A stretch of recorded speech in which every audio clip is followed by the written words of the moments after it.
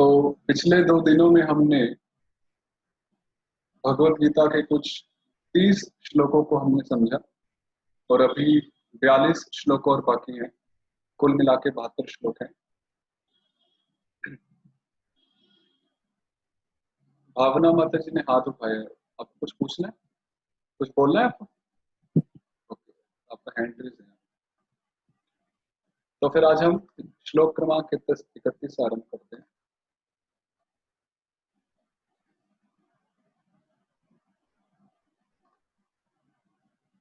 तो श्लोक 31 से जो 37 है वो तीसरा सेक्शन है दूसरे अध्याय का, जिसको कर्म कांड या सकाम कर्म कहा गया है।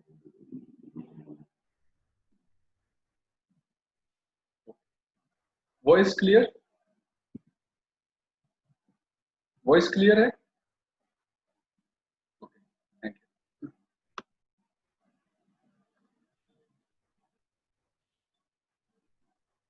ठीक है, तो जो तीसरा सेक्शन है वो है श्लोक क्रमांक 31 से 37, जिसको कर्म कांड कहा जाता है। ऐसा कर्म जिसके फलों से आसक्ति होती है और एक सकाम भावना के साथ वो कर्म किए जाते हैं। और इससे हम भली भांति परिचित हैं कि कुछ हद तक हम में भी ये भावना पाई जाती है कि हम जो कर्म करते हैं तो उसकी फल की आकांक्षा हम रखते हैं। और आज का जो एजुकेशन सिस्टम है वो तो सिखाता ही यही है कि फल जिसमें मिले वही कर्म करो। जब एक बच्चा एजुकेशन फील्ड में कॉमर्स, साइंस, आर्ट्स, जब उसको कोई स्ट्रीम चूज करनी होती है तो सबसे बड़ा जो फैक्टर जो रखता है वो अपने मन में किसी भी स्ट्रीम को चूज करने के लिए, वो यही सोचता है कि पैसा किस में है ज्यादा। आजकल ये मेंटेलिटी है। तो आज के जमाने में गीता का ज्ञान अप्लाई करना बहुत ही कठिन है, पर इम्पॉसिबल नहीं है। आज फल को देखते हुए ही कर्म किया जाता है, परंतु भगवान कह रहे हैं कि आप कर्म अपने स्वभाव के हिसाब से करो और फल की अपेक्षा मत करो। परंतु यहाँ 31 से 37 भगवान अर्जुन को कह रहे हैं कि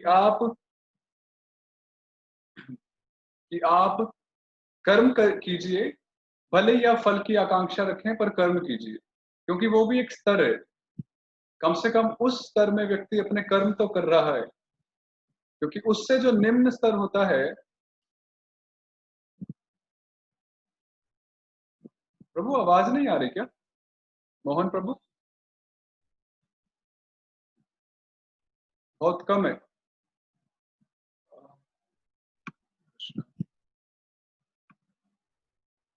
एक्चुअली कुछ इंटरनेट प्रॉब्लम है शायद।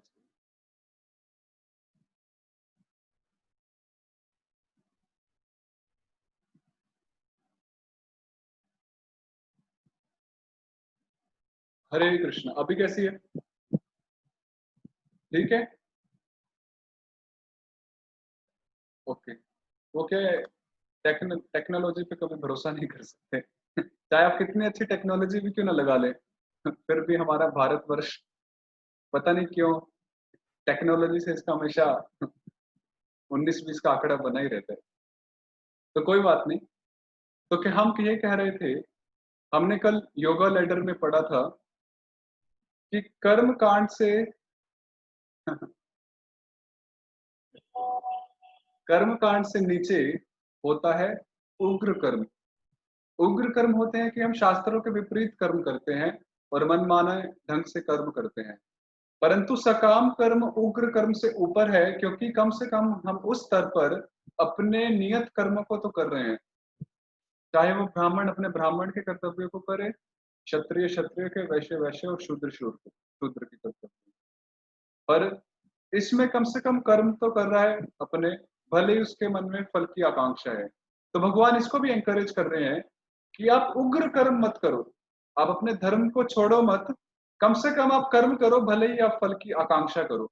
तो ये बात भगवान श्लोक 31 से 37 में समझाते हैं। तो आइए श्लोक 31 से हम आरंभ करते हैं। तो जो हमने यहाँ पर रेड हाईलाइट किए हैं वो इंपॉर्टेंट पॉइंट्स हैं जिनको हम चर्चा करेंगे। तो आइए आरंभ करते हैं। स्वधर्ममपि चावेक्ष्य न विकम्पितुमर्हसि। धर्म्याधियुद्धात् श्रेयोऽन्यत् क्षत्रियस्य न विद्यते। तो आप सब अपनी अपनी भगवत गीताएं, नोटबुक्स, पेन इत्यादि अपने आसपास ही रखें और जैसे ही मौका मिले तो मौके पर आप नोट्स बनाएं, श्लोक का उच्चारण कर सकते हैं साथ में। इससे आपको भी अच्छा लगेगा, क्योंकि जब हम पार्टिसिपेट करते हैं तो इट रिमेन्स, इट बिकम्स एनलाइवनिंग बोलते हैं, तो हमारा मन लगता है उस क्लास में। तो सर्वप्रथम भगवान अर्जुन को कह रहे हैं कि हे अर्जुन, तुम एक क्षत्रिय हो, और यदि क्षत्रिय ब्राह्मण की तरह, एक सन्यासी की तरह भिक्षा मांगेगा तो वो क्षत्रिय को शोभा नहीं देगा, क्योंकि अर्जुन ने कहा था कि मैं भिक्षा मांग के अपना अपना जीवन निर्वाह कर लूंगा, परंतु मैं युद्ध नहीं कर पाऊंगा। तो यहाँ पर भगवान कह रहे हैं कि तुम एक क्षत्रिय हो, और क्षत्रियों का धर्म होता है कि वो युद्ध करें, और युद्ध करने से ही उनका मंगल होता है, ना कि भिक्षा करने से। कभी भी भिक्षा करने से क्षत्रिय का मंगल नहीं हो सकता। जैसे, और यदि अर्जुन ब्राह्मण के कर्तव्य करते, सन्यासी के कर्तव्य करते, तो घोर अनर्थ हो सकता है। इसकी एक कथा आती है कि किस प्रकार हमें अपने कर्तव्यों को करना चाहिए और दूसरे के कर्तव्यों को नहीं करना चाहिए। एक बारी एक स्वामी थे, एक मालिक थे, जिनके पास कई सारे पशु थे। तो उसमें एक गधा था उनके पास, एक कुत्ता था, एक भैंस थी, गाय थी इत्यादि। तो एक दिन रात को क्या हुआ, रात को मालिक सो रहे थे अपने घर में, और बाहर पशु जहाँ रहते थे वहां पे सभी सो रहे थे या घूम रहे थे या कुछ चारा चर रहे थे इत्यादि।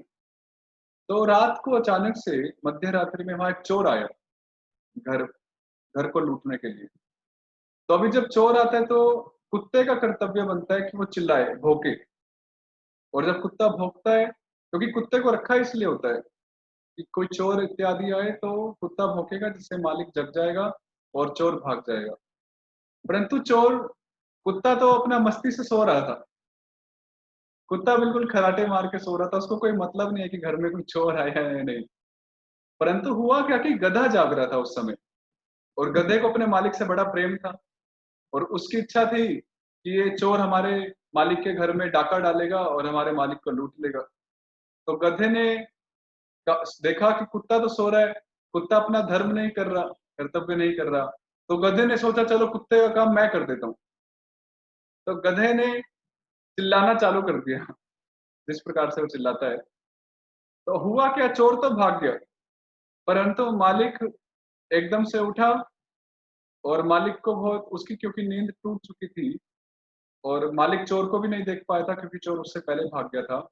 तो मालिक ने गधे की डांट लगाई, और मालिक ने गधे को बहुत पिटाई लगाई, क्यों फालतू में रात को तुम चिल्ला रहे हो, ये करके। कहने का अर्थ है कि गधे ने तो एक सही भावना के साथ चिल्लाया था, परंतु क्योंकि चिल्लाना उसका कर्तव्य नहीं था, चिल्लाना कुत्ते को चाहिए था।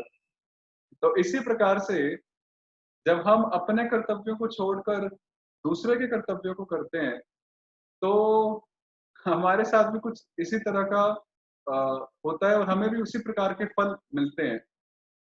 आज के जमाने में बोलना तो नहीं चाहिए, परंतु सिस्टम पूरा खत्म हो चुका है।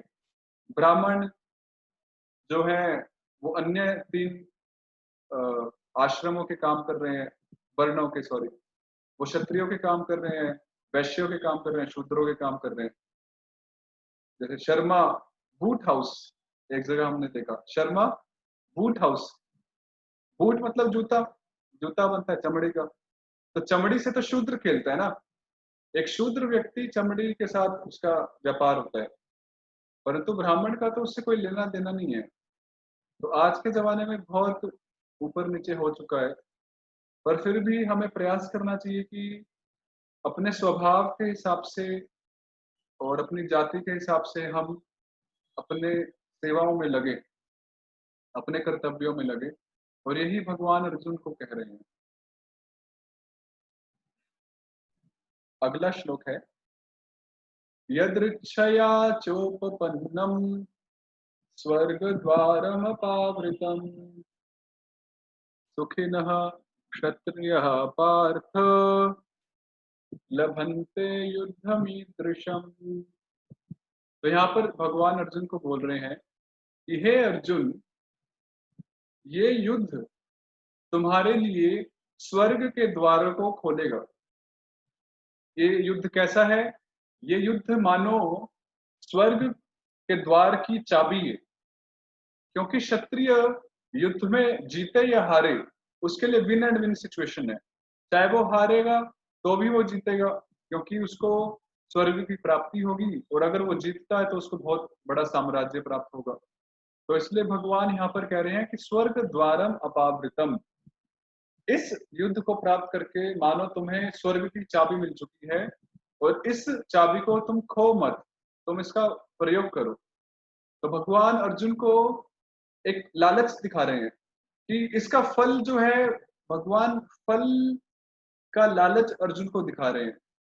क्योंकि कभी कभी हम भी देखते हैं, जब हमारे बच्चे, हमारे घर में कोई बच्चे होते हैं, वो किसी काम को करने में इच्छा इच्छा नहीं रखते, तो माँ बाप क्या करते हैं, उन्हें लालच देते हैं कि अगर तुम ऐसा करोगे तो तुम्हें ये मिलेगा, अगर एग्जाम्स में 90% से ऊपर आएंगे तो हम तुम्हें आईफोन एक्स दिलाएंगे, ये दिलाएंगे, वो दिलाएंगे, ऐसे लालच देते हैं। तो होता क्या है कि उस फल को देखते हुए वो बच्चा अपने मेन मुख्य कर्म को करता है, वो पढ़ाई में मन लगा के काम करता है, और जो भी माता पिता चाहते हैं वो करता है। क्योंकि फल, जो कर्म का जो फल है, वास्तव में वो ही जीवों को एक कर्म करने की प्रेरणा देता है।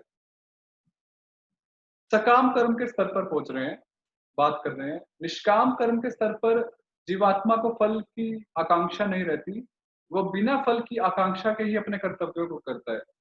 परंतु जब तक व्यक्ति का वो स्तर नहीं आता, वो अधिकार नहीं आता, जब तक व्यक्ति का हृदय शुद्ध नहीं होता है उस स्तर तक, तब तक वो बिना फल के कर्म कर ही नहीं सकता।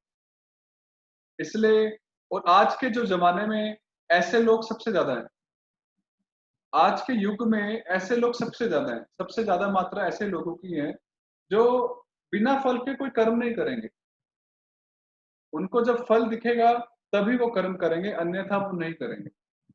तो इसलिए भगवान अर्जुन को कह रहे हैं कि ठीक है, तुम फल ले लो, परंतु अपने कर्तव्यों को मत छोड़ो, अपने कर्तव्यों को करो। अगले श्लोक में भगवान बताते हैं, अथ चेत्त्वम् इमं धर्म्यं संग्रामं न करिष्यसि ततः स्वधर्मं कीर्तिं च हित्वा पापमवाप्स्यसि। तो अभी यहाँ भगवान बोल रहे हैं कि अगर तुमने युद्ध नहीं किया, जो कि एक धर्म युद्ध है और तुम्हारा धर्म है, तो क्या होगा? तुम अपने स्वधर्म से च्युत हो जाओगे। स्वधर्म अर्थात अपना धर्म। स्वधर्म भी दो प्रकार के होते हैं। चलो पहले श्लोक को पूरा करते हैं, फिर हम स्वधर्म पे चर्चा करेंगे। तो भगवान अर्जुन को बता रहे हैं कि यदि तुम युद्ध नहीं करोगे तो तुम्हें क्या होगा? तुम अपने धर्म से च्युत हो जाओगे, गिर जाओगे, और तुम अपनी कीर्ति को भी खो दोगे, और अंततः तुम्हें पाप लगेगा। यदि आपको याद हो तो पहले अध्याय में अर्जुन ने भगवान को बोला था, पापम एवा श्रेयस्मान हत्वैतान आतताहिना, कि हे कृष्ण, यदि हम इन लोगों को मारेंगे, कौरवों को मारेंगे, तो हमें पाप लगेगा। परंतु भगवान उस बात को इस श्लोक में काट रहे हैं कि युद्ध करने से पाप नहीं लगेगा, युद्ध न करने से पाप लगेगा, क्योंकि ये तुम्हारा धर्म है, और धर्म को त्याग करने से पाप लगता है। तो आइए जानते हैं कि स्वधर्म किसे कहते हैं।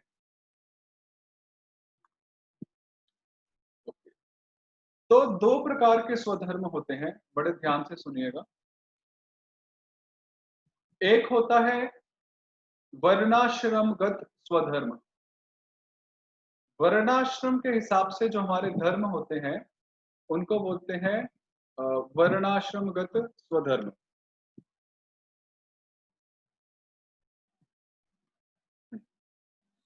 तो वर्ण और आश्रम 2 चीज़ें होती हैं। वर्ण हो गए हमारे जैसे ब्राह्मण, क्षत्रिय, वैश्य तथा शूद्र, और आश्रम हुए ब्रह्मचारी आश्रम, गृहस्थ आश्रम, वानप्रस्थ आश्रम और संन्यास आश्रम। तो इनके अनुसार यदि कोई गृहस्थ है, तो गृहस्थ का जो धर्म है वो उसका वर्णाश्रमगत स्वधर्म है। पहला जो स्वधर्म है, जो वर्णाश्रम के आधार पर है, वो हमारा शारीरिक स्तर पर धर्म होता है। यह शारीरिक स्तर पर हमारा धर्म होता है, और इसके भी 4 पहलू हैं, जो आप बहुत अच्छे से जानते ही होंगे, जिनको चतुर्पुरुषार्थ भी बोला जाता है। धर्म, अर्थ, काम, मोक्ष। धर्म अर्थात हमारे नियत कर्म। गृहस्थ के लिए उसके कर्तव्य उसके नियत धर्म है, कर्तव्य हैं। सन्यासी के लिए उसके अपने उसका कर्तव्य ही वो ही धर्म है। इसी प्रकार से सभी के लिए। जब वो ऐसे धर्म का पालन करता है, तो उसको उसके भाग्य के अनुसार अर्थ मिलता है, धन संपत्ति मिलती है। बोलते हैं ना कि जितना भाग्य में होगा उतना तो मिलेगा ही। तो यदि हम अपने कर्तव्यों का सही-सही पालन करते हैं, तो हमें अपने भाग्य के अनुसार फल मिलता है, अर्थ मिलता है, धन संपत्ति मिलती है, विषय भोग मिलते हैं, और उसके बाद उन विषय भोगों से हम क्या करते हैं? अपनी इच्छाओं की पूर्ति करते हैं, अपनी काम वासनाओं की पूर्ति करते हैं, और इस प्रकार अंततः हम मोक्ष, मुक्ति के मार्ग पर आगे बढ़ते हैं। क्योंकि होता क्या है कि जिस प्रकार अग्नि में आप जितना भी घी डालें, तो अग्नि कभी बुझेगी नहीं, वो और प्रज्वलित होगी। उसी तरह से जब व्यक्ति अपनी इच्छाओं की पूर्ति करता रहता है, तो वो उसी प्रकार है जिस प्रकार अग्नि में घी डालना। क्योंकि इच्छा कभी भी खत्म नहीं हो सकती। एक जीवात्मा की काम वासना, एक जीवात्मा की इच्छा जड़ से कभी भी खत्म नहीं हो सकती। तो जब जीव आत्मा देखती है काफी समय के बाद कि मैं इतने समय से, इतने वर्षों से अपनी इच्छाओं की पूर्ति करने का प्रयास कर रहा हूँ, परंतु अभी भी मैं सफल नहीं हुआ हूँ, तो उसका इस भौतिक संसार में एक विरक्ति की भावना जागृत हो जाती है। ऐसा होता है, ये क्रम है, और इस क्रम से गुजरना ही पड़ता है। तो उसकी विरक्ति की भावना हृदय में जागृत हो जाती है। एक व्यक्ति जो 50-60 साल के वृद्ध हो चुके हैं, देखते हैं कि आजीवन मैंने अपना जो जीवन है, अपने गृहस्थ जीवन में बिताया, बच्चों के लिए सब कुछ किया, सुख प्राप्त करने की कोशिश की, पर आज वही परिवार मेरा साथ नहीं देते, आज मेरी इंद्रियाँ मुझे साथ नहीं दे रही है, इत्यादि। तो वो जब देखता है कि मैं अपने प्रयासों में सफल नहीं रहा हूँ, तो उसकी स्वतः ही इस भौतिक संसार में एक विरक्ति की भावना जागृत हो जाती है, और वो फिर उसके अंदर भावना आती है अथातो ब्रह्म जिज्ञासा। वो मुक्ति प्राप्त करना चाहता है और इस सब संसार मोह माया से छूटना चाहता है। उसको कहते हैं मोक्ष। ठीक है? दूसरे प्रकार का स्वधर्म होता है जिसको हम बोलते हैं सनातन धर्म या फिर आध्यात्मिक स्वधर्म। पहला जो वर्णाश्रमगत स्वधर्म था, वो हमारे शरीर के स्तर पर है। क्योंकि वास्तव में आत्मा ना तो गृहस्थ है, ना ब्रह्मचारी है। आत्मा तो भगवान की दास है। इसलिए शरीर के स्तर पर जो हम कर्म करते हैं, उसको बोलते हैं वर्णाश्रमगत स्वधर्म। परंतु आत्मा के स्तर पर किए गए कर्तव्यों को बोलते हैं सनातन धर्म। और भक्ति ही सनातन धर्म है। भगवान के प्रति भक्ति करना, भगवान भक्ति योग का अभ्यास करना, इसी को सनातन धर्म कहा जाता है, जो हमने कल चर्चा की थी। भगवान की कथा सुनना, भगवान का कीर्तन करना। तो अलग-अलग युगों में अलग-अलग तरह से सनातन धर्म बतलाया गया है। जैसे सत्य युग में भगवान पर ध्यान करने से ध्यान करने को सनातन धर्म माना जाता था। त्रेता युग में विधि को थोड़ा परिवर्तन किया गया और त्रेता युग में यज्ञ की विधि को अपनाया गया। यज्ञ, ओम स्वाहा। द्वापर युग में मूर्ति की अर्चा पूजा, विग्रह की पूजा अर्चना, और कलयुग में हरिनाम संकीर्तन। कलयुग केवल नाम आधारा, हरेर नाम, हरेर नाम, हरेर नाम ऐव केवलम। तो जब हम साथ में दोनों चीजों का पालन करते हैं, अपने शारीरिक कर्तव्यों का भी और साथ में अपने आत्मा से संबंधित कर्तव्यों का भी, भक्ति का भी, तो हम सही प्रकार से अपने स्वधर्म का पालन कर रहे हैं और उस स्थिति में हमें पाप छू भी नहीं सकता। इसलिए भगवान अर्जुन को कह रहे हैं, क्योंकि अर्जुन अपने वर्णाश्रमगत स्वधर्म से भागना चाह रहे थे, परंतु भगवान कह रहे हैं नहीं। जिस तरह ट्रेन, एक रेलगाड़ी दो पटरियों पे चलती है, उसी तरह जीवात्मा, हमारी जो जर्नी है, हमारा जो सफर है इस भौतिक संसार में, वो इन दोनों स्वधर्मों पे चलता है। अगर हम मानिए सिर्फ आत्मा का कर्तव्य करें, हम पूरे दिन भजन करें और कुछ धन उपार्जन का साधन न ढूंढे, तो वो भी हमारी गाड़ी ज्यादा लंबी नहीं चल पाएगी।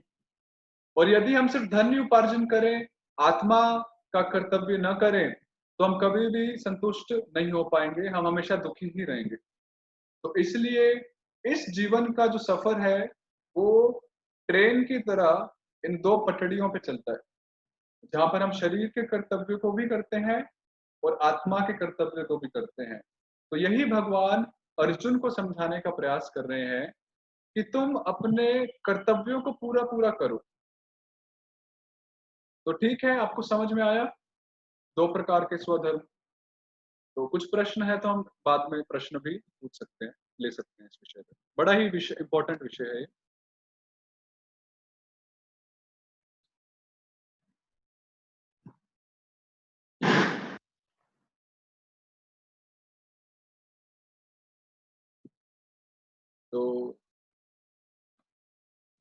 तो इसलिए भगवान फिर आगे बोलते हैं, अकीर्तिं चापि भूतानि कथयिष्यन्ति ते व्ययाम् संभावितस्य च कीर्तिर्मरणादतिरिच्यते। अभी भगवान अर्जुन को बता रहे हैं कि यदि तुम लड़ाई नहीं करोगे तो सभी लोग, सभी योद्धा तुम्हारा अपयश गाएंगे, अकीर्ति, तुम्हारी बुराई करेंगे, तुम्हारी अकीर्ति फैलेगी। क्योंकि एक क्षत्रिय के लिए युद्ध से भाग जाना ये एक बहुत बड़ा क्या बोल सकते हैं, ये अच्छा नहीं माना जाता। ये एक अकीर्ति, अपयश फैलने वाली बात है एक योद्धा के लिए, एक बहुत शर्मनाक बात है। तो इसलिए भगवान अर्जुन को इस दृष्टिकोण से भी समझा रहे हैं। अभी देखिए भगवान अलग अलग तरह से अर्जुन को दिखा रहे हैं।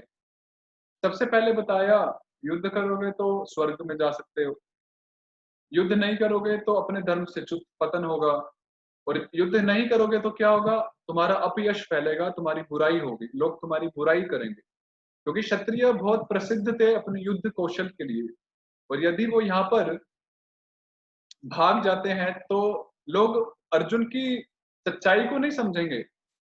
लोग ये नहीं समझेंगे कि अर्जुन में कितनी दया भावना थी, लोग कहेंगे कि ये डरपोक था, चला गया, भाग गया। क्योंकि लोगों का तो काम है कहना, और लोग बहुत मुश्किल से अच्छाई करते हैं, लोग हमेशा बुराई ही करते हैं। ये हम सब देखते ही हैं समाज में। हम अच्छे भी होंगे तो लोग उस अच्छाई में भी बुराई ढूंढ लेंगे और हमारी बुराई ही करेंगे, हमारी निंदा ही करेंगे। तो भगवान इसलिए समझा रहे हैं कि तुम चाहे अच्छी भावना से भी जाओ, परंतु लोग तुम्हारी बुराई ही करेंगे। और भगवान बोल रहे हैं कि एक इज्जतदार व्यक्ति के लिए, जो एक सम्माननीय व्यक्ति होता है, उसके लिए निंदा, बुराई, अकीर्ति, अपयश मरने से भी ज्यादा खतरनाक है।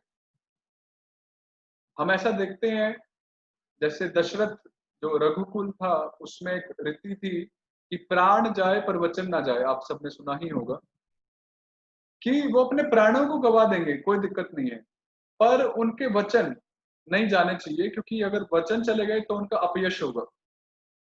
तो एक जो सम्माननीय व्यक्ति होता है, उसके लिए अपयश मरने से भी ज़्यादा भयानक है, खतरनाक है, दुखदायक है। और इसलिए अर्जुन को भगवान सलाह दे रहे हैं कि अगर तुम युद्ध छोड़कर जाओगे, तो लोग तुम्हारी अच्छी भावना को नहीं समझेंगे, लोग तुम्हारा अपयश ही गाएँगे। फिर आगे भगवान बोलते हैं, भयाद्रणादुपरतं मन्स्यन्ते त्वां महारथाः, येषां च त्वं बहुमतो भूत्वा यास्यसि लाघवम्। यहाँ पर भगवान बोल रहे हैं कि सब लोग यही सोचेंगे, जितने भी महारथी हैं, जितने भी सैनिक हैं, योद्धा हैं, कि अर्जुन भयाद रणाद उपरतम, कि अर्जुन भय के कारण रण से भाग गया, रणभूमि से, युद्ध भूमि से भाग गया। सब यही सोचेंगे और इस प्रकार क्या होगा, समाज में तुम्हें बहुत निम्न दृष्टि से देखा जाएगा, क्योंकि आज तक अर्जुन की जो छवि है, वो सबके मन में एक बहुत उच्च छवि है, क्योंकि अर्जुन बहुत ही कुशल योद्धा थे। परंतु भगवान अर्जुन को समझा रहे हैं कि अगर तुम यहाँ से चले गए, तो लोग यही कहेंगे कि भय के कारण अर्जुन भाग के चला गया, और इस प्रकार तुम्हें निम्न दृष्टि से देखा जाएगा। फिर आगे भगवान अर्जुन को समझा रहे हैं, अवाच्यवादांश्च बहून् वदिष्यन्ति तवाहिताः, निन्दन्तस्तव सामर्थ्यं ततो दुःखतरं नु किम्। तो इसमें वही पॉइंट है कि लोग तुम्हारी क्या करेंगे, निंदन्तस, तुम्हारी निंदा करेंगे, तुम्हारे सामर्थ्य की निंदा करेंगे। और एक क्षत्रिय के लिए उसके सामर्थ्य की निंदा सबसे दुखदाई है। एक क्षत्रिय को यदि कोई उसके सामर्थ्य की निंदा करे, तो वो उसके लिए असहनीय है, वो उसको सहन नहीं कर पाएगा। तो ये भगवान इस दृष्टिकोण से भी अर्जुन को समझा रहे हैं कि लोग तुम्हारी निंदा करेंगे, और जब वो तुम्हारी निंदा करेंगे तो तुम सहन नहीं कर पाओगे, और तुम फिर प्रतिफल में उन पर वार करोगे, उनकी हत्या करोगे। तो इसलिए तुम अभी हत्या करो, अभी धर्म युद्ध में भाग लो, बजाय इसके कि तुम बाद में क्रोध के वश उनकी हत्या करो। This is the point. फिर आगे इस सेक्शन का आखिरी श्लोक, हतो वा प्राप्स्यसि स्वर्गम जित्वा वा भोक्ष्यसे महीम्, तस्मादुत्तिष्ठ कौन्तेय युद्धाय कृतनिश्चयः। तो हे अर्जुन, उठो और लड़ाई करो। अगर तुम लड़ाई में जित्वा, सॉरी हतो, अगर तुम लड़ाई में हारते हो तो तुम्हें स्वर्ग जाने को मिलेगा, और यदि तुम जित्वा जीतते हो तो तुम्हें पूरा साम्राज्य मिलेगा। तो इसलिए अपना कर्तव्य करो, खड़े हो और युद्ध करो। इससे दोनों ही पक्ष में तुम्हारी विजय है। यदि तुम हारोगे तो वीर गति को प्राप्त करोगे, स्वर्ग मिलेगा, और यदि तुम जीतते हो तो यहाँ पर आपको साम्राज्य मिलेगा। तो इस प्रकार श्लोक क्रमांक 31 से 37 तक भगवान ने अर्जुन को सकाम कर्म योग सिखलाया। किस प्रकार तुम कर्म करो, सकाम भावना के साथ, पर कर्म करो। ठीक है, सबको समझ में आया? तो अभी हम नेक्स्ट सेक्शन में प्रवेश करते हैं। तो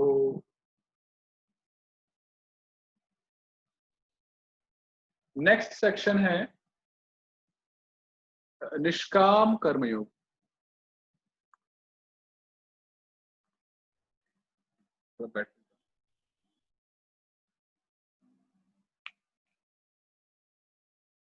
जस्ट 1 मिनट, तो थोड़ा मेरा बैटरी मैं चार्जिंग में लगाता हूँ। Only 1 minute. हरे कृष्णा कृष्णा कृष्णा हरे हरे, हरे राम राम राम हरे हरे, हरे कृष्णा कृष्णा कृष्णा कृष्णा हरे हरे, हरे राम राम राम हरे हरे, हरे कृष्णा कृष्णा कृष्णा हरे हरे, हरे राम राम राम हरे हरे, हरे कृष्णा कृष्णा कृष्णा हरे राम हरे राम।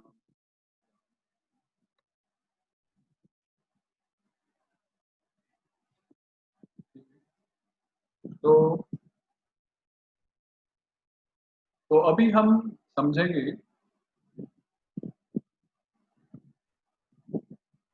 श्लोक क्रमांक 38 से 53, जहां पर भगवान निष्काम कर्मयोग को समझाते हैं।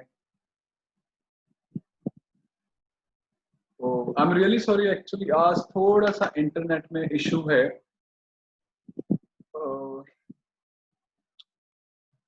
लाइक तो अभी तो इंटरनेट तो लाइक मेरे हाथ में नहीं है, पर हम प्रयास कर रहे हैं। अभी आवाज कैसी है? Is it okay? Is it okay now? तो प्लीज क्षमा कीजिएगा अगर मिस हो भी रहे तो। अ, तो आप बाद में रिकॉर्डिंग सुन सकते हैं अगर कुछ मिस हो रहा है, या क्वेश्चन आंसर में कुछ पूछ सकते हैं तो हम उसमें भी कॉप अप करने का प्रयास। ठीक है, निष्काम कर्मयोग।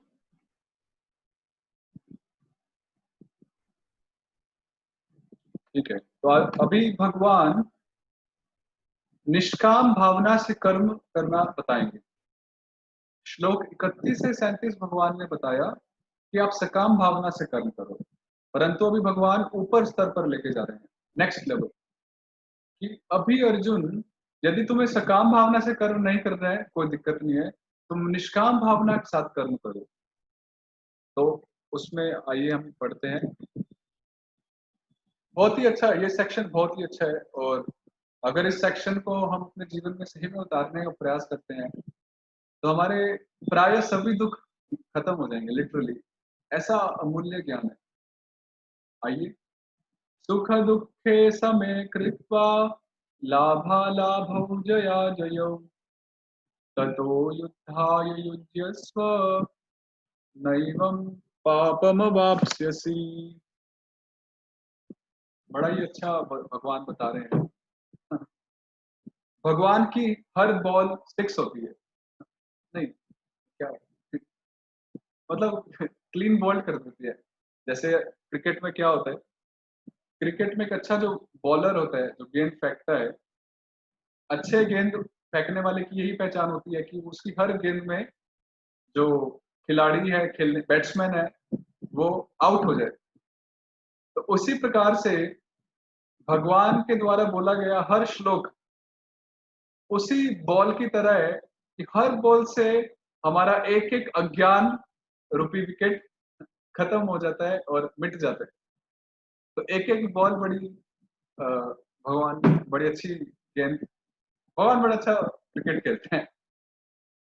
जब आप भक्ति करने लगेंगे तो आपको सही में पता चलेगा कि भगवान कितने अच्छे क्रिकेट खेल सकते हैं हमारे जीवन में, हमारे दुखों के साथ। क्यों मोहन प्रभु? और जो भी भक्ति करते हैं उनको थोड़ा अनुभव होगा कि Krishna is really a good cricketer actually, a good batsman and a good bowler too. वो अच्छी बैटिंग भी कर लेते हैं और अच्छी बॉलिंग भी कर लेते हैं।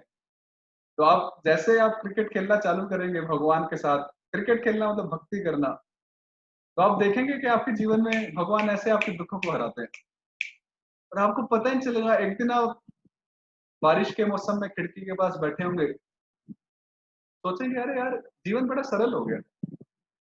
ऐसे बस आउट ऑफ नथिंग आप सोचोगे एक दिन भक्ति करते करते, मैं फालतू में इतना जीवन ऐसे बिता दिया, जीवन तो इतना सरल था, काश पहले मुझे मिल गया होता ये। इस तरह होता है, ऐसा ही अनुभव होता है। क्यों मोहन तुम? तो इसलिए तो गीता के इस ज्ञान को अवश्य हमें सुनना है और इसको अप्लाई करने का प्रयास करना है और भक्ति करने का प्रयास करना है, विशेष रूप से हरे कृष्णा कृष्णा कृष्णा कृष्णा हरे हरे, हरे राम राम राम हरे हरे। भगवान के नाम को जप कीर्तन, पूजा अर्चना, ये सब करना चाहिए। कम से कम रोज आधा 1 घंटा भगवान के लिए निकालना चाहिए। देखो भगवान ने हमें 24 घंटे दिए तो हमारा भी फर्ज बनता है कि 24 में से 1 घंटा तो वापस उन्हें दे। तेरा तुझको अर्पण, हम गाते ही रहते हैं आरतियों में। तो बोलने के लिए नहीं है, सही में अर्पण करना है और आप सब करते भी होंगे। परंतु एक रूटीन बनाना चाहिए कि हाँ, हम रोज आधा घंटा भगवान की भक्ति में देंगे। और भक्ति भी ऐसा नहीं कि बस अगरबत्ती घुमा दी और दैट्स ऑल। उसमें भी सिस्टमैटिक होना चाहिए कि हम एक माला का जप करेंगे, जिसमें लगते हैं 7 से 8 मिनट। हम रोज कम से कम गीता का 1 श्लोक पढ़ेंगे या 1 पन्ना पढ़ेंगे, या और भगवान की हम भगवान को आरती दिखाएँगे। तो ऐसे कुछ नियम बनाना चाहिए, वरना हम में और पशुओं में क्या अंतर है? मनुष्यों में और पशुओं में फिर अंतर क्या रहा? जो हम करते हैं, वही पशु भी करते हैं। बस फ़र्क इतना है कि हम थोड़ा, हमारा जो स्टेटस है, जो लेवल है, वो एक थोड़ा पॉलिश्ड है। खाते तो पशु भी हैं, खाते हम भी हैं। परंतु अंतर इतना है कि पशु सड़क पर खाते हैं और हम थोड़ा 2 फीट ऊपर डाइनिंग टेबल पे खाते हैं। पशु सड़क पर सोते हैं, हम डेढ़ 2 फीट ऊपर बढ़िया बेड पे सोते हैं, स्लीप वेल के गद्दे में सोते हैं, इत्यादि। पशु बाहर रहते हैं, हम घर में रहते हैं, बस इतना ही है, चारदीवारी का अंतर है। तो इसलिए नियम बनाना चाहिए। देखो जीवन तो बीत ही रहा है। आप सब अपना बचपन याद करिए। कभी हम बच्चे होते थे, 5 साल के, 10 साल के, अपने-अपने स्कूल्स में जाते थे। करते-करते हम बड़े हो गए, कॉलेज, फिर शादियाँ हो गई हम सबकी। मतलब मेरी तो नहीं, आप सबकी हुई है। आई एम अ ब्रह्मचारी। शादियाँ हो गई, बच्चे हो गए, पोते वगैरह भी हुए होंगे, काफ़ी जनों के, पोते-पोतियाँ, नातियाँ इत्यादि। और अभी हम, इतनी जल्दी समय बीत गया है कि 50-60 साल कहाँ चले गए पता नहीं है। और बाकी भी जो समय बचा है वो भी कहाँ चला जाएगा। समय ऐसे बीतता है। इंग्लिश में कहावत है ना, क्या? कौन बता सकता है मैं कौन-सी कहावत बोलने वाला हूँ? टाइम से रिलेटेड। 5, 4, 3, 2, 1, 0। ओके। आप बहुत स्मार्ट ऑडियंस हैं एक्चुअली। टाइम फ्लाइज, या time and tide wait for none. Sudhir Raghu. तो जो टाइम और टाइड है, समय और लहरें, वो किसी के लिए नहीं रुकती। तो हम क्या वीआईपी हैं क्या? या वीवीआईपी हैं? अगर हो भी, फिर भी नहीं रुकेगा। तो इसलिए प्रयास करना चाहिए कि हम नियमित रूप से कुछ अपने सिस्टम को, रूटीन को ऐसा बनाएँ। देखिए, मैं ये नहीं कह रहा हूँ कि अंधविश्वास करना है, नहीं। आपने नोटिस किया ही होगा, हम जो ये क्लास कर रहे हैं, हम हर चीज़ को बड़ी प्रामाणिकता से प्रस्तुत करने का प्रयास कर रहे हैं। आप कोई भी प्रश्न पूछते हैं, चाहे वो व्हाट्सएप पे पर्सनली हो या क्लास में हो, हम बिल्कुल प्रमाण के साथ आपको चीज़ बताते हैं और भेजते हैं, चाहे कोई भी हो। तो अंधविश्वास करने के लिए हम नहीं कह रहे, हम ये नहीं कह रहे कि आप किसी को भी भगवान मान लो, किसी भी बाबा की पूजा कर लो, नहीं। आप अपनी बुद्धि का प्रयोग कीजिए और आप सब इतने बुद्धिमान हैं, तो आप उस बुद्धि का प्रयोग कीजिए भगवान को समझने में, भगवान को प्राप्त करने के उस मार्ग को समझने के लिए। यही अंतर है हम में और पशुओं में। तो इसलिए आप सबसे हमारी प्रार्थना है कि इन गीता क्लासेस का जो निष्कर्ष है वो यही है, वेदैश्च सर्वैरहमेव विद्या। भगवान को समझना, भगवान में मन लगाना और भगवान की भक्ति करना, अदरवाइज इट्स जस्ट यूजलेस। पूरा संसार कल कुछ था, आज कुछ है, कल कुछ हो रहा है, दैट्स ऑल। सरकारें बदलेंगी, सब पूरा वातावरण बदलेगा, समाज बदलेगा और सब कुछ ही परिवर्तनशील है। पर भगवान कभी भी परिवर्तनशील नहीं है। प्राइम मिनिस्टर 5 साल तक टिकते हैं, पर भगवान हमेशा के लिए भगवान है। कृष्ण को कल कोई चैलेंज नहीं कर सकता कि हे कृष्ण, हे राम, हे विष्णु, तुम्हारी सत्ता खत्म, अभी मैं आया हूं। नहीं, कृष्ण हमेशा भगवान रहेंगे, राम हमेशा भगवान रहेंगे, विष्णु हमेशा भगवान रहेंगे। तो इसलिए जो परिवर्तनशील है, उसमें हम अपना टाइम इन्वेस्ट क्यों करें? जो परिवर्तनशील नहीं है, जो स्थायी है, जो स्थिर है, उसमें टाइम इन्वेस्ट करना चाहिए। उसमें अपनी शक्ति, उसमें अपनी एनर्जी इन्वेस्ट करनी चाहिए। तो आप इस पे थोड़ा चिंतन कीजिए कि हमारा ये शरीर तो एक समय खत्म होने वाला है, निश्चित है। तो हम पूरा समय इसमें ही इन्वेस्ट कर रहे हैं। क्या ये सही में बुद्धिमानी है? नहीं है। परंतु जो चीज़ स्थायी है, जिस चीज़ को करने से उसका फल स्थायी है, उसका रिज़ल्ट स्थायी है, परमानेंट है, उस पे हम ज़रा भी इन्वेस्टमेंट नहीं कर रहे या बिल्कुल ही थोड़ा-सा कर रहे हैं। तो क्या वो भी बुद्धिमानी है? नहीं। तो इसलिए हमें अपना एक बैलेंस बनाना चाहिए। अपने कर्तव्यों शरीर के कर्तव्यों को भी करना है, गृहस्थी को भी सँभालना है, अगर हम गृहस्थ हैं तो। और भगवान की आध्यात्मिक कर्तव्यों को भी करना है, जिसको सनातन धर्म कहा जाता है। भगवान की भक्ति भी करनी चाहिए। अंधविश्वास नहीं करना है, सब आप समझिए। भगवान ने इतनी सुंदर मेधा दिया है, बुद्धि दी है, आप समझने का प्रयास कीजिए। शास्त्रों में पूरा खोल के समझा है। बस प्रामाणिक स्रोतों से समझे, प्रमाणों के साथ समझे, शास्त्रों से समझे और किसी भी तथाकथित साधु के बहकावे में न आए। अभी ऐसा नहीं है कि इसके बाद आपने यूट्यूब खोला और जय हो बाबा जी की, कोई फलाने-ढिकाने बाबा जी का खोल के सुनना चालू कर दिया और पता नहीं वो क्या बोल रहे हैं। ऐसा नहीं है, प्रामाणिक स्रोत से सुनने का प्रयास कीजिए, शास्त्रों का अध्ययन कीजिए, तभी हमें पता चलेगा। तो इसलिए तो भगवान यहाँ पे अर्जुन को तो हम विषय पे आते हैं। तो इस श्लोक के बाद हम समाप्त करेंगे, फिर क्वेश्चन आंसर लेंगे कि हे अर्जुन, तुम सुख और दुख में सम बनो, समान हो जाओ। जब जीवन में सुख आते हैं तो उसमें भी समान रहो, उसमें ज्यादा हर्षित मत हो। और जब जीवन में दुख आते हैं तो उसमें भी समान बने रहो, न्यूट्रल उदासीन रहो और उसमें ज्यादा दुखी मत हो। जब तुम्हारे जीवन में कोई लाभ आता है, कोई प्रॉफिट होता है, उसमें भी समान बने रहो और जब कोई हानि होती है उसमें भी समान बने रहो। जय अजय, यदि तुम्हारे जीवन में विजय होती है उसमें समान बने रहो और यदि पराजय होती है तो उसमें भी समान बने रहो। इस प्रकार यदि तुम युद्ध करते हो तो तुम्हें पाप छू भी नहीं सकता। तीन चीजें हैं, सुख दुख, लाभ अलाभ, जय अजय। अगर हम इन स्थितियों में उदासीन रहते हैं, एक समान भावना बना के रखते हैं, तो हमें भी अपने जीवन में पाप कभी छू नहीं सकता। क्योंकि ऐसा बनना वास्तव में बहुत कठिन है।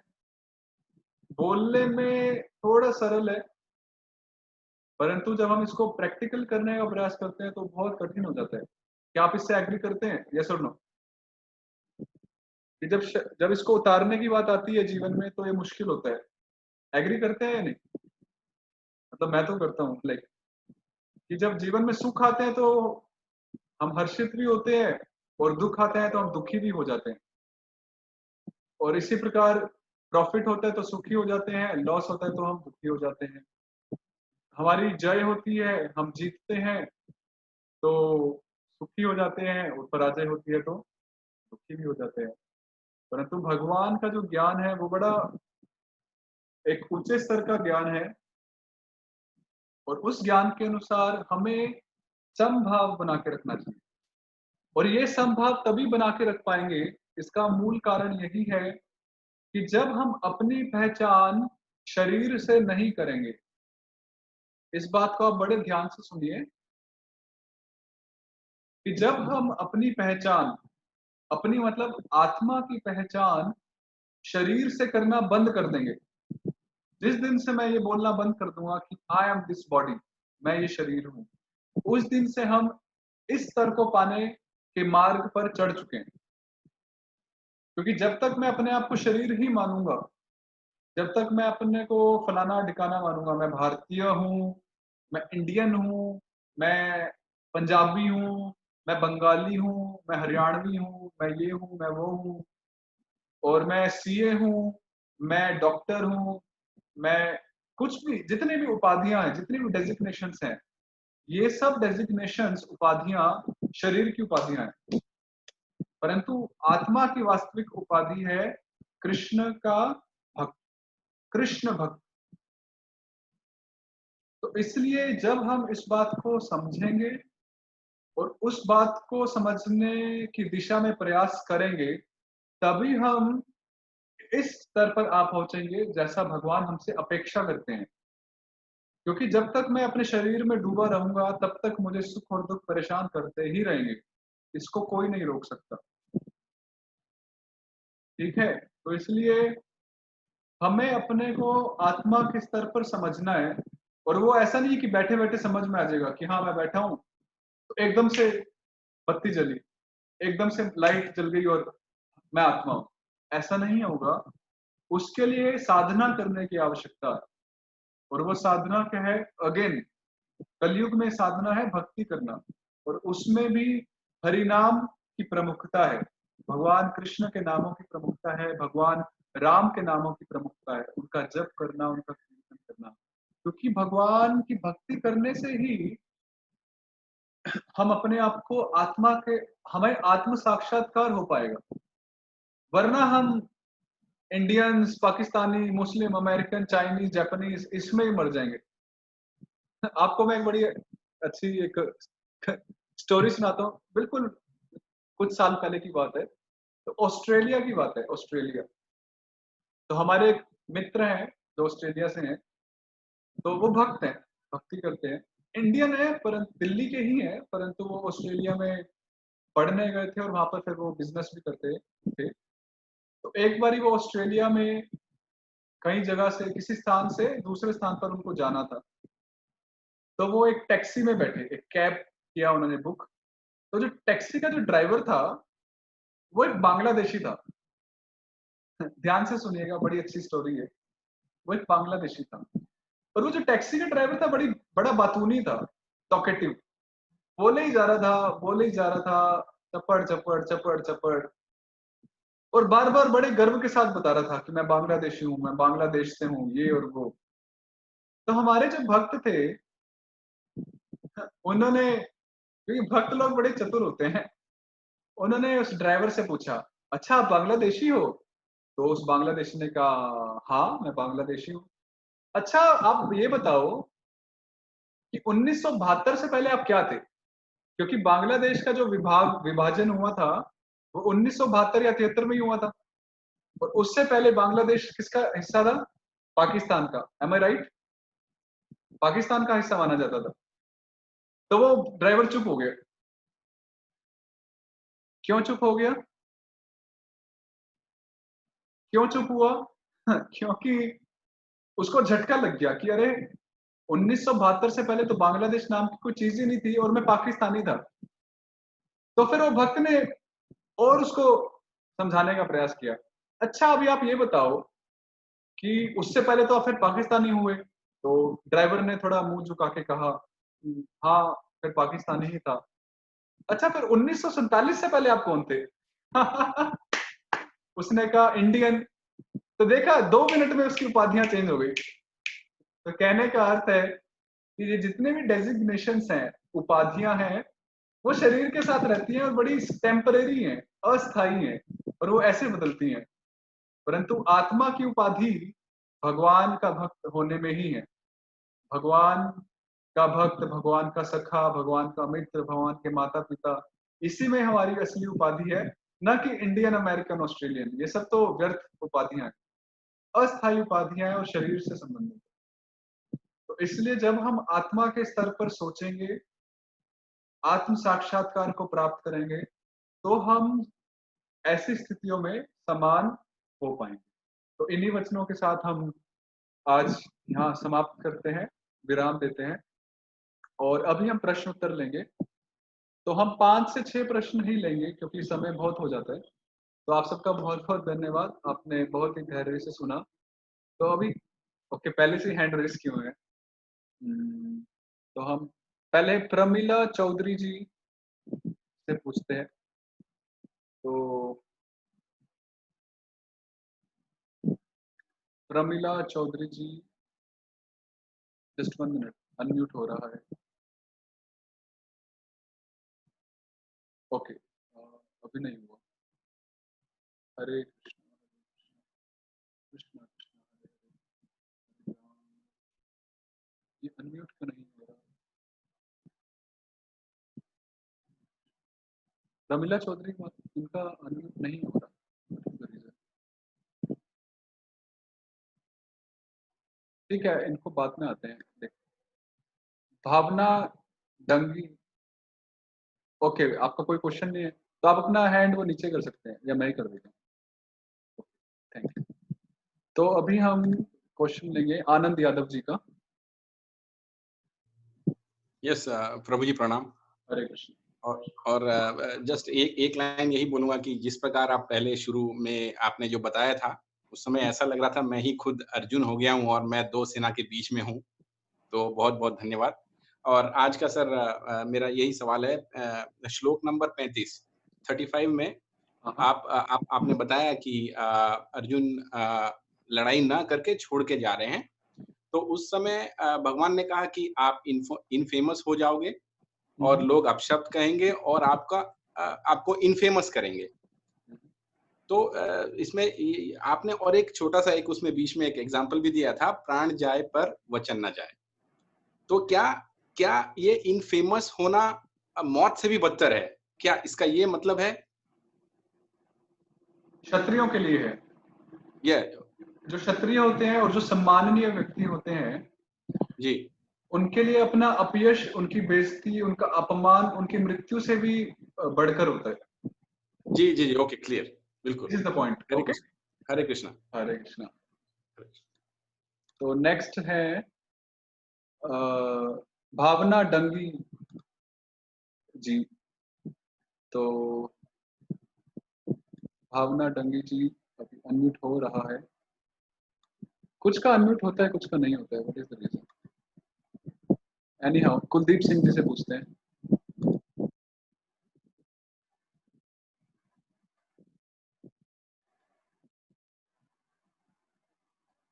अ, कुछ प्रॉब्लम है आज, अनम्यूट कुछ हो रहा है, कुछ नहीं हो रहा है। ओके, प्रणाम कुलदीप सिंह, गुरुजी। हरे प्रणाम, कृष्ण। हरे कृष्ण। गुरुजी, हमारा एक बहुत कुछ चीजें हैं जो मेरे माइंड में चल रही थी, मैं पहले बोलता हूँ। ओके, जैसे शरीर है, एक चीज शरीर हाँ जी। हो गया, एक चीज आत्मा हो गया। एक एक चीज है शरीर, दूसरा है आत्मा, और एक है परमात्मा। अभी शरीर अलग है, आत्मा अलग है, हम्म, और परमात्मा। तो जो ये आत्मा है, ये परमात्मा के कंट्रोल में है क्या? अगर आत्मा परमात्मा के कंट्रोल में है तो आत्मा मिस्टेक क्यों करता है, और उसका सजा शरीर को क्यों भुगतना पड़ता है? और अगर पुनर्जन्म होता है तो ये शरीर तो मिस्टेक किया, लेकिन उसका जो मिस्टेक का जो दंड है वो तो आत्मा को मिलेगा, दूसरे शरीर को मिलेगा। ओके, तो तो ऐसा मतलब फिर मतलब मैं सपोज मेरा एक आत्मा मिस्टेक किया और इस शरीर के द्वारा मिस्टेक किया, और अगले जन्म में अगर उसको दंड मिलता है तो आत्मा यही रहेगी, शरीर दूसरा रहेगा। और आत्मा मिस्टेक क्यों करता है? हु इज ड्राइविंग द आत्मा? आत्मा को ड्राइव करने का कौन सा सोर्स है? और वो अगर ठीक है, पहले पहले आत्मा पहले इस आंसर को, पहले इसको आत्मा कैसे क्यों करता है, इसको हम पहले एड्रेस करेंगे। तो देखिए, आत्मा, ऑफ कोर्स आपने जो बोला कि भगवान का, परमात्मा का आत्मा पे नियंत्रण है, कंट्रोल है, बात सच है। परंतु क्योंकि हम भगवान के अंश हैं, भगवान के पुत्र समान हैं, तो जैसे घर में ही आप देखिए, हम जो माता पिता के जो बच्चे होते हैं, तो माता पिता का अपने बच्चों पर कंट्रोल होता है या नहीं? होता है। परंतु जब बच्चे बड़े हो जाते हैं तो बच्चों की एक स्वतंत्रता होती है जिसका माता पिता आदर करते हैं, और उसके हिसाब से माता पिता उनको फिर बताते हैं क्या करना है क्या नहीं करना, और उस हिसाब से इंटरफियर करते हैं। क्योंकि जब बचपन में बच्चों को कुछ भी कहा जा सकता है, पर जब बच्चे बड़े होते हैं तो माता पिता इतना ज्यादा इंटरफियर नहीं कर सकते। उसी तरह से जो आत्मा है, जो हम है, हमारे पास सूक्ष्म स्वतंत्रता है। क्या है?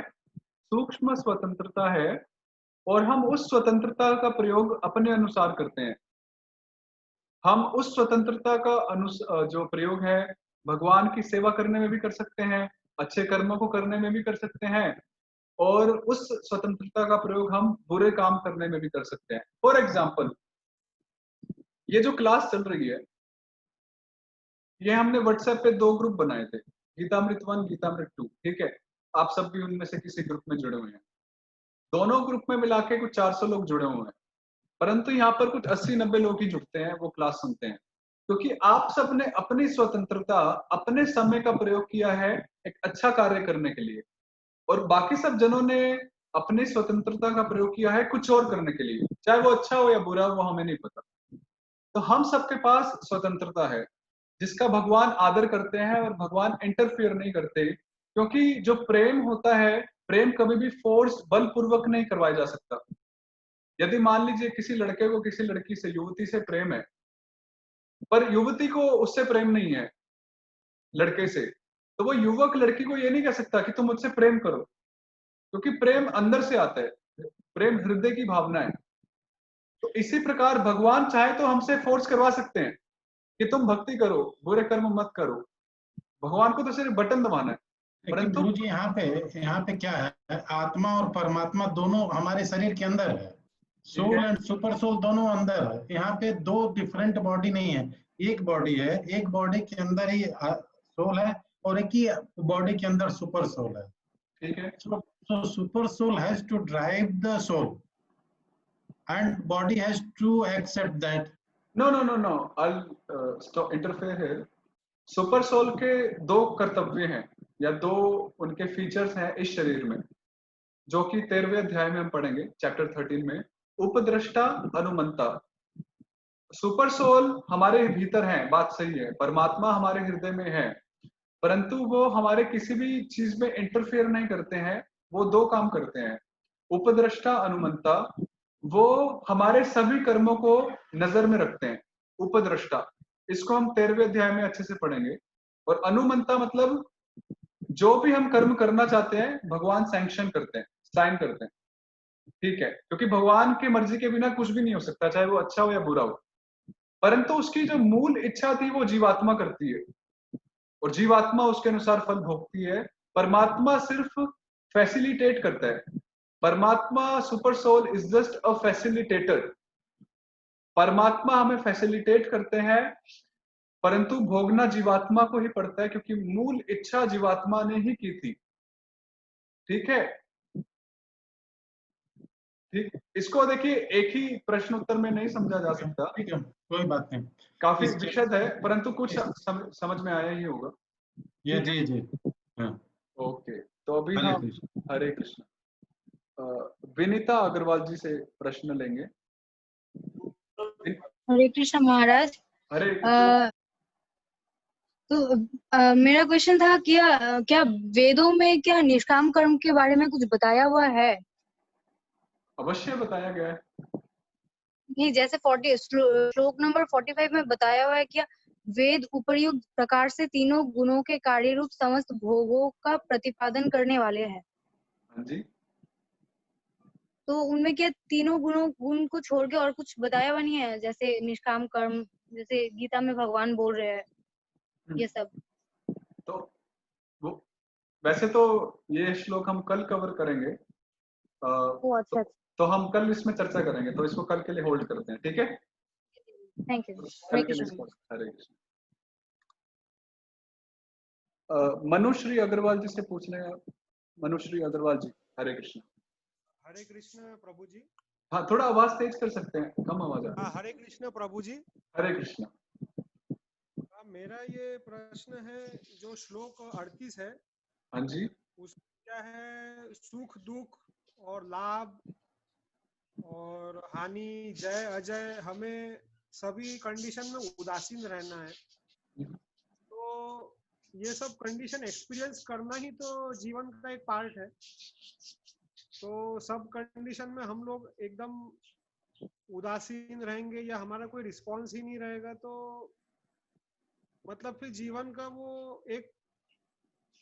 का एक अधूरा हो जाएगा जीवन।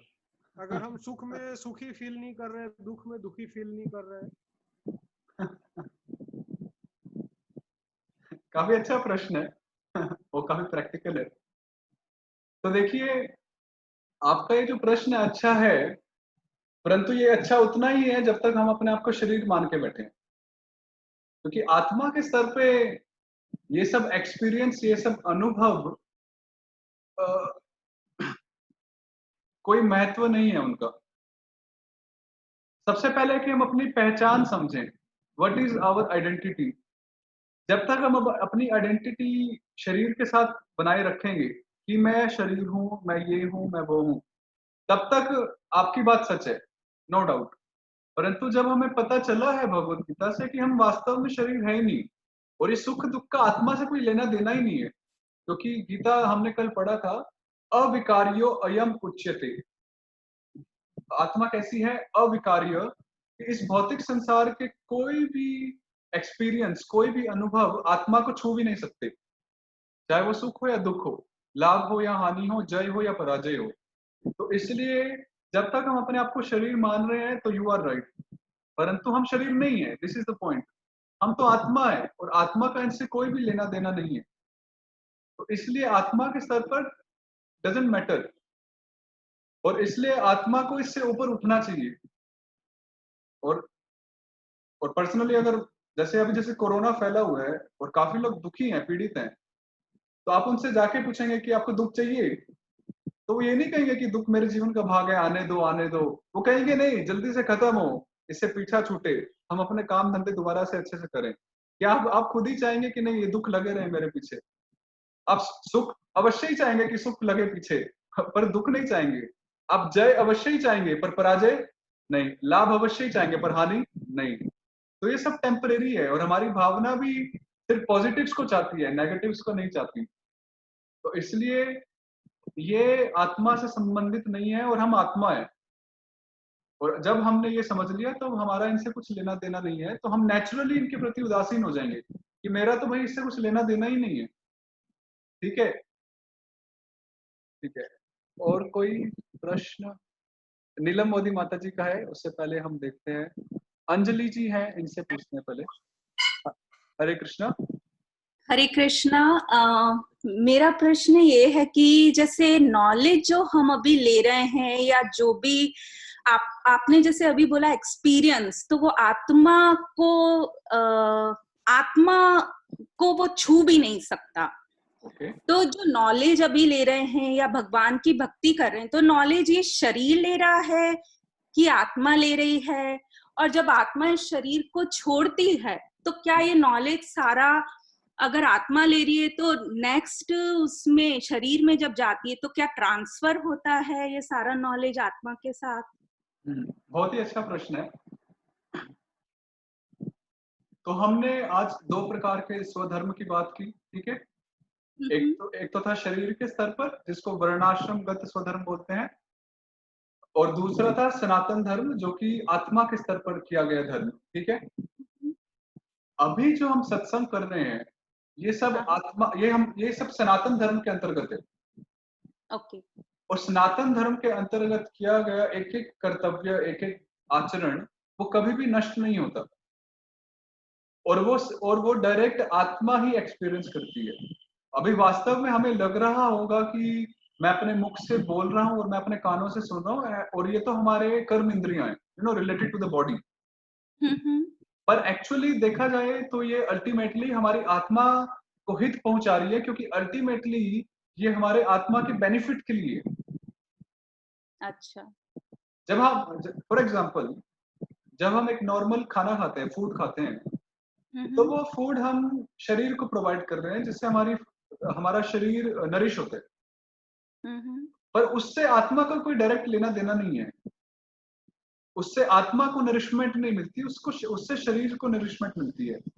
परंतु ये जो हम गीता का ज्ञान सुन रहे हैं, या हम जब नाम कीर्तन जब करते हैं इत्यादि, तो वो आत्मा को नरिशमेंट मिलती है। ओके। और ये सनातन धर्म के अंतर्गत स्वधर्म है। और कल हम पढ़ेंगे 40वें श्लोक में, आज हमने 38 पढ़ा, 39 एंड 40। तो 40th श्लोक में हम पढ़ेंगे कि किस प्रकार जो भी ज्ञान हम प्राप्त कर रहे हैं, आध्यात्मिक ज्ञान, वो कभी भी नष्ट नहीं होता। अच्छा। वो हम कल ही पढ़ेंगे, श्लोक क्रमांक 40 में। अच्छा। अच्छा, मेरा एक और प्रश्न है, ओके। जैसे मोक्ष का जो भी अपन पढ़ रहे हैं, तो ये सनातन धर्म में है, पर अगर अपन और पर ये आत्मा तो लाइक जैसे इस जन्म में मैं हिंदू हूँ, जरूरी नहीं है नेक्स्ट जन्म में मैं हिंदू ही बनूं, मुस्लिम हो सकती हूँ या क्रिश्चियन हो सकती हूँ। तो ये चीज सनातन धर्म में है, बाकी धर्मों में मैंने पढ़ा तो नहीं, बट लगता नहीं है कि मतलब होगा। तो क्या मोक्ष की प्राप्ति उनको नहीं होती, क्या सिर्फ हिंदुओं को ही होती है? तो सबसे पहली बात तो यह है कि अभी तो चलो प्रचलन हो चुका है हिंदू धर्म, परंतु सनातन धर्म हिंदू धर्म में बहुत अंतर है। कैसे? अगर हम सनातन धर्म शब्द का विश्लेषण करें, इसको समझने का प्रयास करें, तो सनातन शब्द का अर्थ हुआ शाश्वत, अमर। हाँ, नीलम मोदी माता जी आपसे भी पूछेंगे तो आप अपना हाथ नीचे कर सकते हैं। माता जी ने हाथ उठा के ही रखा हुआ। तो सनातन होता है अमर, शाश्वत, हमेशा के लिए। और धर्म हो गया हमारा कर्तव्य। तो सनातन क्या है? सनातन आत्मा है। अच्छा। सनातन परमात्मा है। शरीर सनातन नहीं है। अभी जो हिंदू धर्म है, जो मुस्लिम धर्म है, वास्तव में ये सनातन नहीं है, क्योंकि मुस्लिम धर्म की उत्पत्ति कुछ हजार साल पहले हुई थी। उसका जो ओरिजिन है, सिखिज्म उसका ओरिजिन है, क्रिश्चियनिटी उसका एक ओरिजिन है, इवन हिंदू धर्म का एक ओरिजिन है। और अगर आप हिंदू जो शब्द है उसकी उत्पत्ति आपको जब पता चलेगा तो आप बहुत आश्चर्यचकित होंगे। भारत में कश्मीर, जम्मू कश्मीर, जो हमारा भारत का जो नक्शा है, उसमें जम्मू कश्मीर की तरफ सिंधु नदी बहती है, जो हम पंजाब से भी गुजरती है सिंधु नदी। तो जो उस तरफ के लोग थे, जो पाकिस्तान और उस तरफ के, तो वो लोग, इस तरफ के लोग, जो भारत के अंदर जो लोग रहते थे, उनको वो सिंधु नहीं बोल पाते थे, वो सिंधु को हिंदू बोलते थे। तो ये जो हिंदू नाम दिया है वो उन्होंने दिया है हमें। तो हिंदू धर्म भी कहीं से आरंभ हुआ है। और ये सब शरीर के स्तर पर रहते हैं कि मैं इंडियन हूं, मैं हिंदू हूं, वो मुस्लिम है, वो क्रिश्चियन है। वास्तव में मैंने पहली या दूसरी क्लास में बताया था कि भगवान अलग अलग रूपों में आते हैं, चाहे वो जीसस हो या फिर वो मुस्लिम धर्म में उनके जो भगवान होते हैं, या हमारे सनातन धर्म में जो हमारे भगवान होते हैं, परंतु वास्तव में ये रूप अलग है पर वो व्यक्ति एक ही है, ऐसी मान्यता है। जैसे जल, अप, नीर, पानी, वाटर, इत्यादि इत्यादि, इन सब का क्या अर्थ है? जल। सिर्फ नाम अलग है, सिर्फ संज्ञा या डेफिनेशंस अलग है। इसी प्रकार से भगवान अलग अलग रूपों में आते हैं, अपने भक्तों को भेजते हैं, अपने पैगंबरों को भेजते हैं। और जैसे जीसस ने भी कहा कि I am the son of God.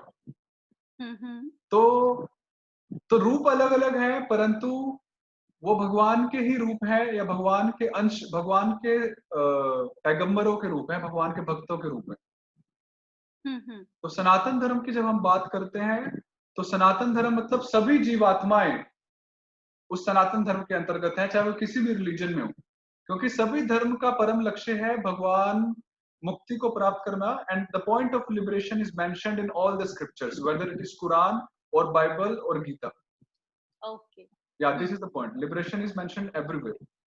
Okay. मुक्ति की एक और बात प्रश्न अभी आपका प्रश्न कर लेंगे, क्योंकि हम ज्यादा समय नहीं बिताना चाहते। तो हम एक प्रश्न लेंगे, शायद से नीलम मोदी माता जी बहुत उत्सुक है बड़ी देर से। ओके, तो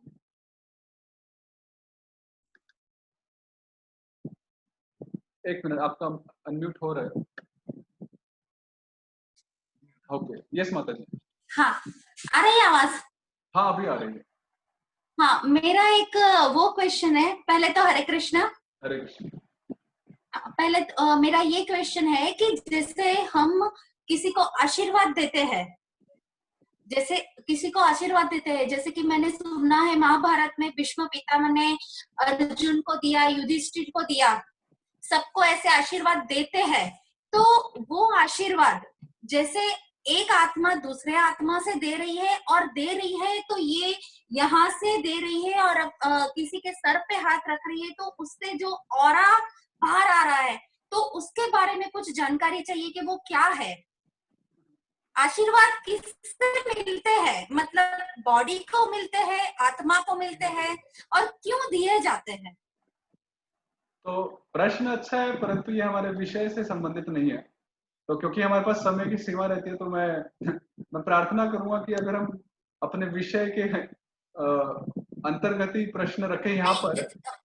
मतलब अगर आपको ऐसे प्रश्न है तो हम पर्सनली व्हाट्सएप पे पूछ सकते हैं, मुझे कोई समस्या नहीं है। परंतु क्योंकि हमारे पास समय सीमित रहता है, तो जो हम टॉपिक पढ़ रहे हैं उससे संबंधित प्रश्न हम यहाँ एड्रेस करेंगे।